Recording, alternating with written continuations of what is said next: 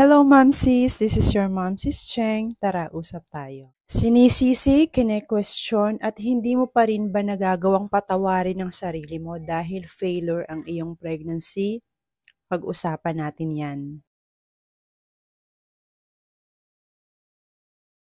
Ano bang mali sa katawan ko or may mali ba sa katawan ko or bakit ganito yung katawan ko? Bakit hindi siya normal? Bakit hindi ako makabuo ng baby or nakakainis kasi dahil sa abnormal kong katawan nawala yung baby ko? Ito yung mga tanong sa isip mo na hindi mo alam at hindi ka aware na pinaparusahan mo ang sarili mo, na sinasaktan mo ang pagkatao mo. Alam niyo po ba mga mamsis, hindi ako nagpupunta noon sa sementeryo after mamatay yung baby ko, hindi ako bumibisita. I realized the reason kung bakit hindi ako bumibisita ay hindi dahil sobrang malungkot ako or dahil hindi ko pa natatanggap yung pangyayari.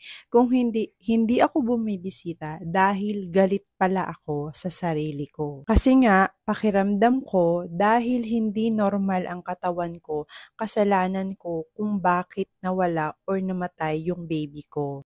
My body, my womb was my baby's vessel, pero hindi ko siya nagawang iligtas. At dahil doon, nagawa kong magalit sa sarili ko kasi pakiramdam ko wala akong dapat sisihin kundi yung sarili ko dahil sa abnormal kong katawan. Pero kung iisipin mo, ma'am sis, namatayan ka na nga, nagagawa mo pang magalit sa sarili mo. And that's too much, 'di ba? So, ma'am sis, ano ba yung mga paraan para magawa mong mapatawad at mapalaya ang sarili mo? Number one is understand your emotions and express your feeling. Kung masakit, i-release mo, umiyak ka, sumigaw ka. Number two, acceptance. Again, hindi po ito madali. Ito po ay isang proseso. Pero wala na po tayong choice. Kailangan po nating harapin yung totoo because we cannot change the past at wala rin po tayong tinatawag na rewind. Kailangan po natin itong pagdaanan at kailangan din po natin itong harapin. Pero habang hinaharap naman po natin yung katotohanan, you don't need to be too hard on yourself, questioning your situation once is already enough. Pero yung paulit-ulit po nating questionin ang ating sarili, that's too much.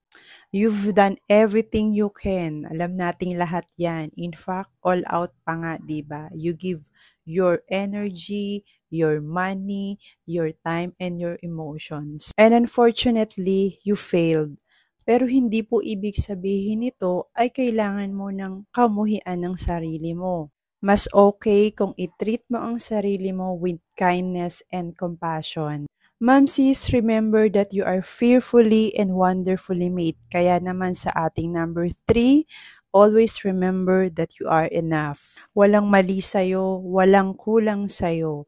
Hindi mo ito kasalanan at wala kang kasalanan. So surrender all your burdens to God. Yan, yung guilt feeling na nararamdaman mo na yan, itapon mo na yan. Because surely, He will give you the daily strength you need. So, ma'am sis, walk in freedom na ha, because you have been redeemed. That's it for now, ma'am sis. Thank you for watching and see you again soon.